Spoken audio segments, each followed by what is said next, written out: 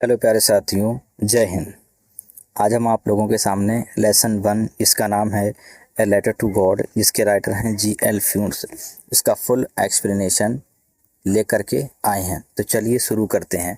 Lesson को शुरू करने से पहले इसका थोड़ा सा बेसिक समरी हम समझ लेते हैं। ये कहानी जो है वो एक वाक्य पर आधारित है। लोग ये मानते हैं कि अगर इंसान ईश्वर में अटूट विश्वास करे तो हर नामुमकिन को मुमकिन बना सकता है, चाहे तो वो पर्वतों को हिला सकता है। ठीक उसी तरीके से इस कहानी में एक गरीब किसान है जिसका नाम है लेंचो। उसकी कंडीशन बहुत बुरी हो जाती है एक वक्त पर, तो वो गॉड को याद करता है, गॉड के लिए एक लेटर लिखता है। इस कहानी में आपको ये जानने को मिलेगा कि क्या वह लेटर गॉड तक पहुंचता है, क्या गॉड उसके लेटर का रिप्लाई यानी कि जवाब देते हैं, उसकी समस्या का हल करते हैं। आइए शुरू करते हैं इस कहानी को। The house, the only one in the entire valley, set on the crest of low hill. From this height one could see the river and the field of ripe corn dotted with the flowers that always promised a good harvest. The only thing the earth needed was a downpour, or at least a shower. Throughout the morning, Lencho, who knew his fields intimately, had done nothing else but see the sky towards the north east। यानी कि जो मकान था Lencho का, वो पूरी valley में, पूरी घाटी में एक अकेला मकान था। और ये मकान जो था वो लो हिल पर बना हुआ था, यानी एक निचली पहाड़ी थी। उसके ऊपर लेंचो का ही एक सिर्फ अकेला का मकान था, वो वहाँ पर रहा करता था। और अगर उसके मकान से कोई इंसान देखना चाहे तो वहाँ से वो नदी और उसके जो फसल है, क्रॉप है, उसे देख सकता है। उसकी फसल इस वक्त फूलों से लदी हुई थी और अच्छी फसल होने का वादा कर रहे थे ये सभी के सभी फूल। जब वो अपने खेतों पर पहुंचता है, अपने खेतों का नज़ारा करता है, तो वो ये पाता है कि मेरे खेतों को कम से कम एक हैवी रेन की आवश्यकता है, या कम से कम एक फुहार वाली बौछार तो हो ही जाए। सुबह सुबह लेंचो अपने खेतों के पास जाता है तो सिर्फ उत्तर पूर्व की ओर देखता है और कुछ नहीं करता है, वापस आ जाता है। Now we are really going to get some water women. The women who was preparing supper replied, yes, God willing. The older boys were working in the fields while the smaller ones were playing near the house until the woman called to them all, "Come for dinner." इस paragraph में आपको बताया गया है कि जैसे ही Lencho अपने खेतों से घर पे आता है, वो अपनी वाइफ से कहता है, क्या हमें वास्तव में कुछ पानी मिल सकता है? मतलब पानी का मतलब क्या, ईश्वर की तरफ से आज बरसात हो सकती है? तो महिला जो थी वो रात का भोजन तैयार कर रही थी। उसने जवाब दिया, जी, अगर ईश्वर ने चाहा तो आज बरसात अवश्य होगी। और उसी समय जो बड़े बड़े बच्चे थे, ओल्डर बॉयज़, वो अपने खेतों में काम कर रहे थे, और छोटे बच्चे थे वो घर के आसपास ही क्या खेल रहे थे। इतने में क्या होता है, वो जो महिला है वो अपने बच्चों को आवाज़ लगाती है और कहती है, कम फॉर डिनर, बेटो भोजन करने के लिए आ जाओ।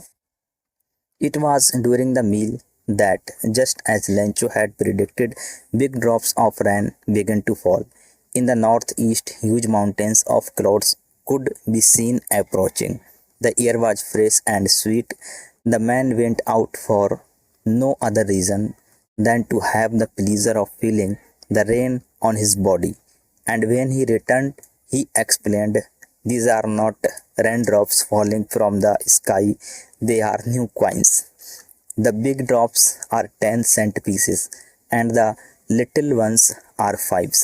फिर क्या होता है, जैसे ही ये उनके बीच में बातें होती हैं, भोजन का समय होता है, तो जैसा कि लेंचो ने भविष्यवाणी की थी सुबह बरसात की, वैसे ही बड़ी बड़ी बूंदें गिरना शुरू हो जाती हैं। उत्तर पूर्व की तरफ से बड़े बड़े बादल पहाड़ों की तरह आते हुए दिखाई देने लगते हैं।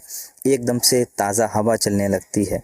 तभी वो व्यक्ति क्या करता है, बरसात का आनंद लेने के लिए अपने घर से बाहर निकल पड़ता है। और जब बाहर बरसात में भीगने के बाद, बरसात का मज़ा लेने के बाद वापस आता है तो कहता है, बच्चों, ये जो आकाश से गिरती हुई बूंदें तुम देख रहे हो ना, तुम्हें क्या लगता है कि ये बूंदें बरस रही हैं? नहीं, ये नए नए सिक्के हैं। जो तुम्हें बरसात की बड़ी बड़ी बूंदें दिख रही हैं बच्चों, ये 10-10 का सिक्का है, 10-10 सेंट हैं, और जो छोटी बूंदें बरस रही हैं वो क्या हैं, 5-5 के सिक्के हैं। With a satisfied expression he regarded the field of ripe corn with its flowers draped in a curtain of rain. But suddenly a storm to blow, and along with the rain, very large hailstones began to fall. These truly did resemble new silver coins. The boys exposing themselves to the rain, ran out to collect the frozen pears. It's really getting bad now, exclaimed the man. I hope it passes quickly. अब देखते हैं Lencho को क्या महसूस हो रहा है।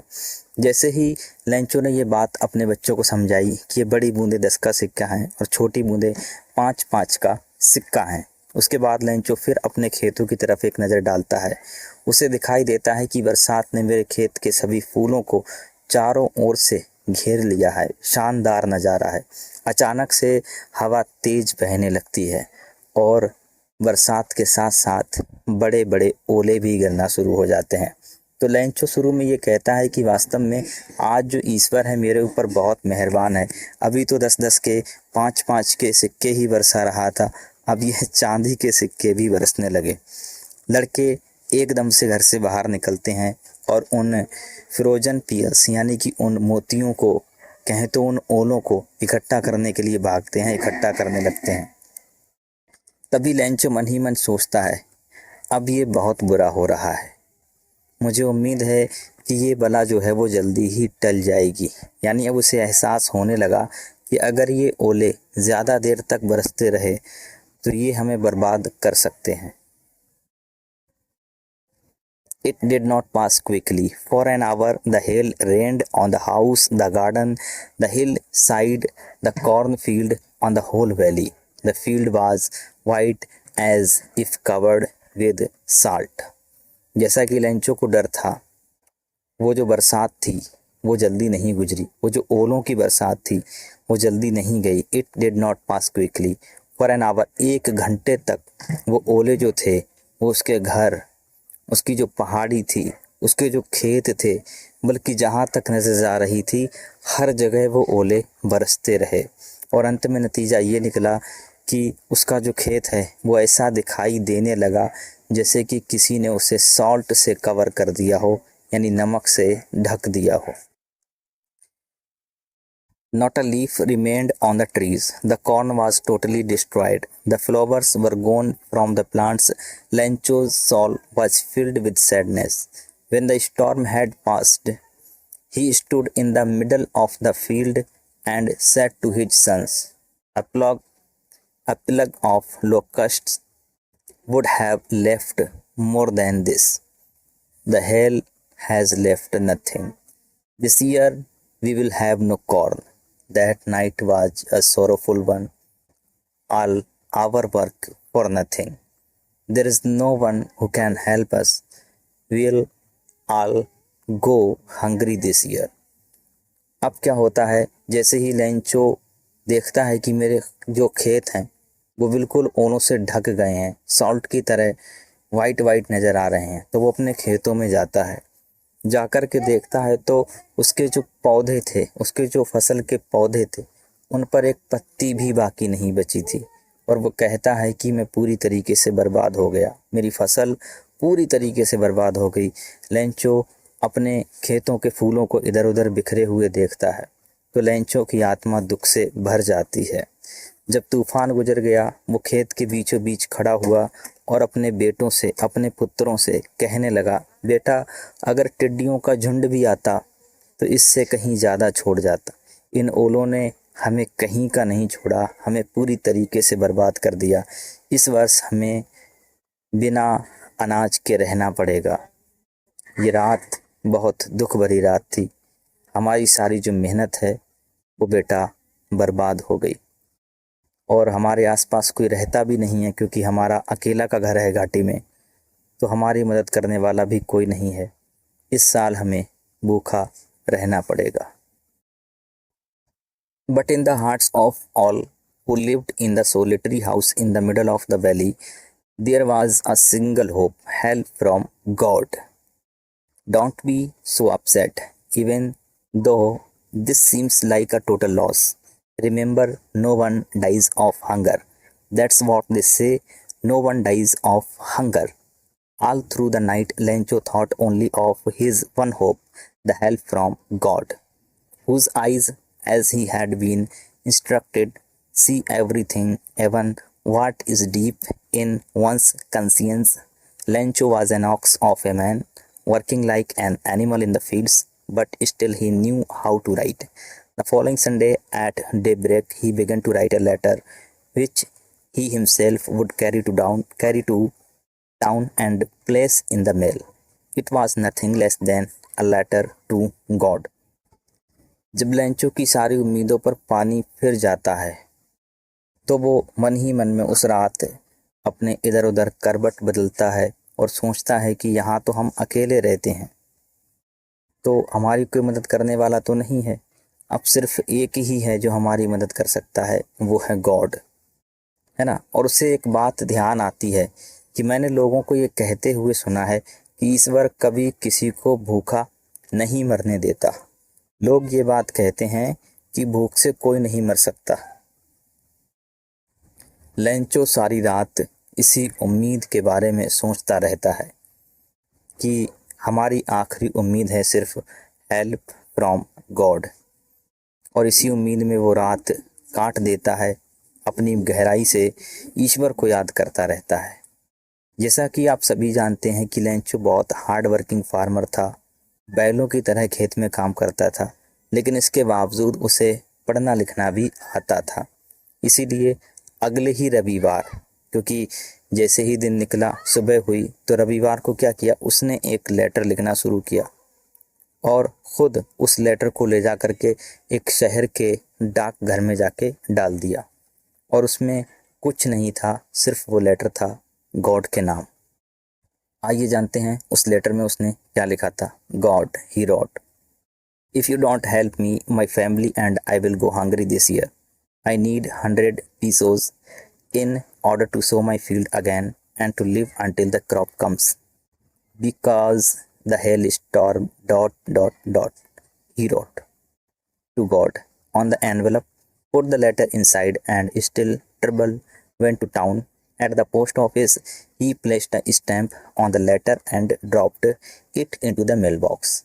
One of the employees, who was a postman and also helped at the post office, went to his boss, laughing heartily, and showed him the letter to God.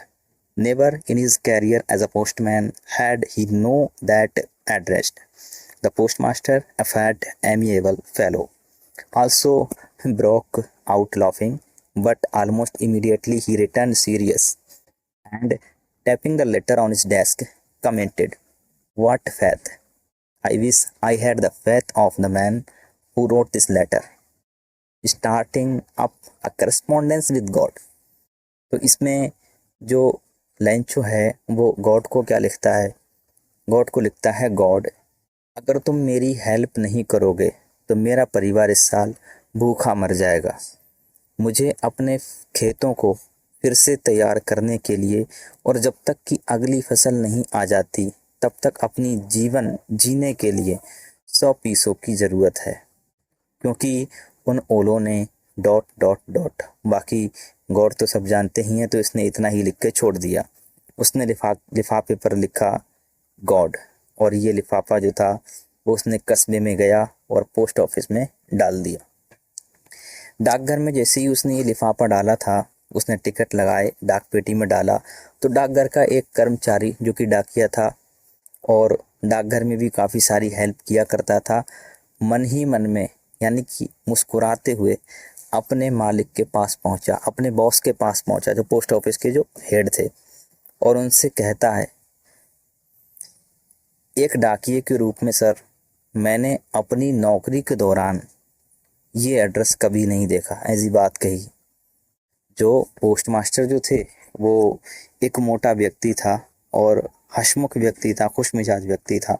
वो ज़ोर से हंसा और फिर एकदम से सीरियस हो गया और लेटर को अपनी मेज पर थपथपाते हुए कहने लगा कि यार, इस बंदे का बिलीव कितना हाई है, इस बंदे का विश्वास कितना ज़बरदस्त है, ये ईश्वर को कितना प्रेम करता है, कितना चाहता है।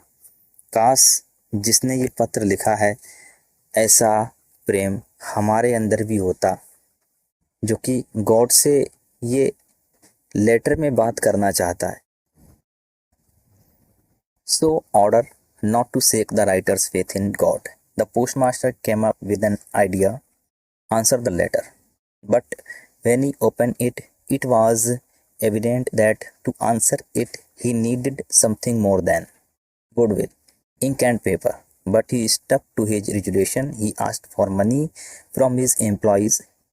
He himself gave part of his salary, and several friends of his were obliged to give something for an act of charity.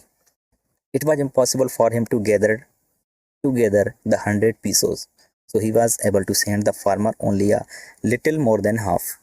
He put the money in an envelope addressed to Lancho, and with it a letter containing only a single words as a signature, God.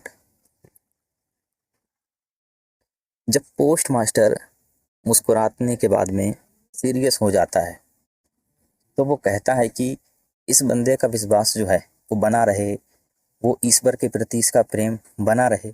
इसीलिए वो अपने मन में एक idea जो आता है वो अपने साथियों को शेयर करता है, बताता है कि चलिए इसका हम लेटर खोलते हैं और इसका जवाब देते हैं। जैसे ही वो लेटर को खोलते हैं तो उसमें कुछ ऐसा नहीं था कि उसने कोई क्वेश्चन या आंसर पूछा हो, है ना, जिसका जवाब हम केवल पेन और पेपर से दे सकते हैं, बल्कि उसमें तो उसने 100 पीसों मांगे थे। तो जैसे ही वो लोग देखते हैं कि अरे यार इसने तो पैसे की बात कर दी, तो थोड़ा सा हिचकिचाते हैं, लेकिन उसके बाद वो अपने डिसीजन को कंप्लीट करते हैं। जो बॉस है, पोस्ट मास्टर हैं, वो खुद अपनी सैलरी का कुछ हिस्सा देते हैं, कुछ कर्मचारियों से लेते हैं, कुछ अपने मिलने वाले दोस्तों से चैरिटी के तौर पर मांगते हैं। तब कहीं जाकर उनके पास 100 पीसों से भी कम पैसे जो हैं वो इकट्ठे हो पाते हैं, और वो पैसे जो इकट्ठे करते हैं वो लिफाफे में बंद करके लेंचो के एड्रेस पर भेज देते हैं। उसके साथ में सिग्नेचर कर देते हैं किसका, गॉड का, ताकि लेंचो को लगे कि ये मदद सीधे गॉड ने ही उसकी की है।